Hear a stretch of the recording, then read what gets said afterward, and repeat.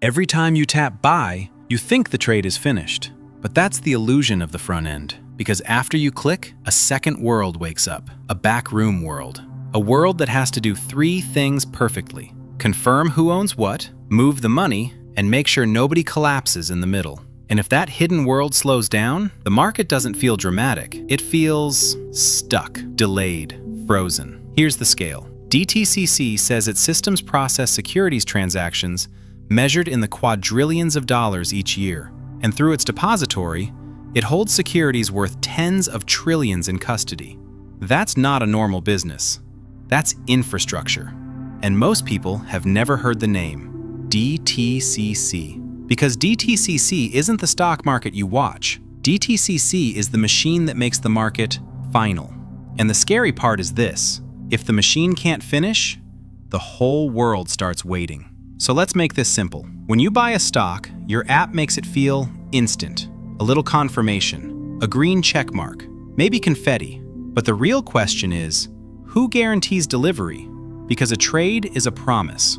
I'll pay, you'll deliver. Between those two promises, there's time. And time is risk. Prices move, liquidity disappears, a firm can fail, a counterparty can vanish, a wire can be delayed, a mistake can multiply. So markets need something boring and brutally reliable. They need rails. They need plumbing that takes millions of trades and turns them into ownership. That's the world DTCC sits inside. Clearing, settlement, custody. Words that sound like paperwork because the job is basically stop chaos from becoming contagion. Clearing is the "are we good?" step. Who bought? Who sold? Do they match? Who owes what? How much risk is sitting in the middle? Settlement is the make it real step. Cash moves, securities move, ownership updates. The trade becomes final. And that in between is where disasters are born. If you want to understand power in modern finance, don't look at the loud part. Look at the part that finishes the sentence. Now here's the twist. This entire world was created because Wall Street almost choked on paper. Back in the late 1960s and early 1970s, trading volumes surged, and the system back then was literally physical certificates. Messengers running around Manhattan, stacks of documents, manual reconciliation. Then the paperwork piled up so badly that trades couldn't be processed fast enough. Back offices broke, errors grew. Firms started failing just from operational overload. Not because the market was wrong, because the machinery couldn't keep up. That's when the industry learned a painful lesson. If you don't build infrastructure, the boom will destroy you. So a new idea took over. Stop moving paper, start moving records. That's how the modern depository system was born. And that's why DTCC exists. Silent giants don't start because it's cool. They start because the alternative is collapse. So what does DTCC actually do today? Think of it like an airport. 1 million travelers want to move at once, but if everyone runs straight to the runway, planes crash. You need check-in, security, air traffic control, runway slots, and rules. DTCC is air traffic control for trades. It doesn't care if you love a stock. It cares that the system stays stable. And it has a few superpowers that sound boring until you realize what they prevent. First, netting. If 1,000 firms trade with each other all day, you don't want to move every single obligation one by one. You want to compress. You want to net out what can be netted. Because the more obligations you settle individually, the more money gets trapped, and the more chances you create for something to fail. Netting is silent magic. It shrinks the chaos into something survivable. Here's a quick example. Let's say a firm buys and sells the same stock all day, with dozens of other firms, thousands of times. If you settled every single trade separately, you'd need huge piles of cash and securities moving constantly, but netting compresses it. At the end of the day, 1,000 messy promises can become one clean obligation. That compression is why modern markets can even run at today's speed. And that's why this world is called post-trade. Because the trade is the easy part. The hard part is making it true. Second, risk management. Between trade date and settlement date, someone is exposed. If one side fails, the other side shouldn't be nuked. So the system demands collateral. It calculates margin. It runs stress scenarios. It tries to make sure that one default doesn't become a chain reaction. This is why DTCC is not just paperwork.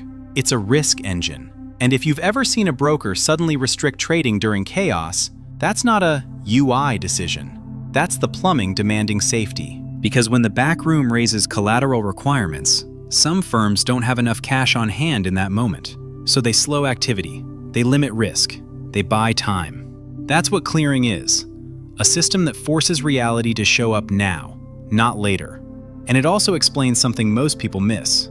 Markets don't break first on Twitter. They break first on settlement. They break when obligations can't be completed, when delivery fails, when trust disappears. DTCC exists to keep that moment from spreading. Third, custody. Most people still imagine ownership like a physical thing, a certificate in a vault. In reality, ownership is a ledger, a record, a system that says, "This belongs to you." And that record has to be trusted, even when nobody trusts anybody. And notice the pattern. The more boring the name, the more important the job.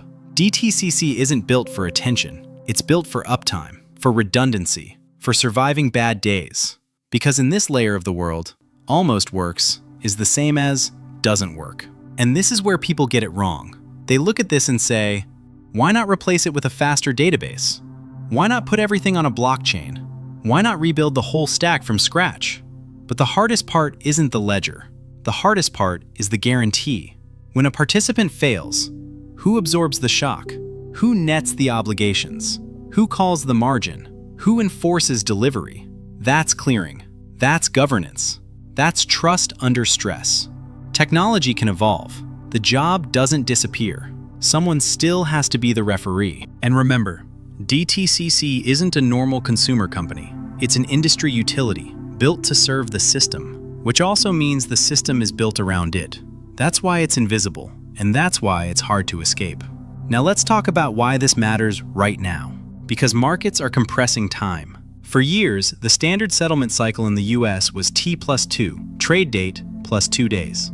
Then it moved to T+1, 1 day. That sounds like a small change. It's not. It means less time to fix mistakes, less time to move cash, less time to patch failed deliveries, which means the plumbing has to be tighter, faster, more automated, more reliable. When time compresses, small errors become big errors faster. So the pressure on DTCC doesn't go down, it goes up. And that brings us to the scary part. Once a tool becomes the bottleneck, the whole world starts competing for time on that tool. Everyone wants priority. Everyone wants their trades to clear smoothly. Everyone wants certainty before their rival. Everyone wants to be first in the next cycle. Because in finance, time isn't just time. Time is leverage. Time is capital efficiency. Time is survival. This is why DTCC sits in a strange position. They're not the headline. They're not the trading app. They're not the bank you see in commercials. They're the force that decides whether the market can actually complete what it starts. That's real leverage.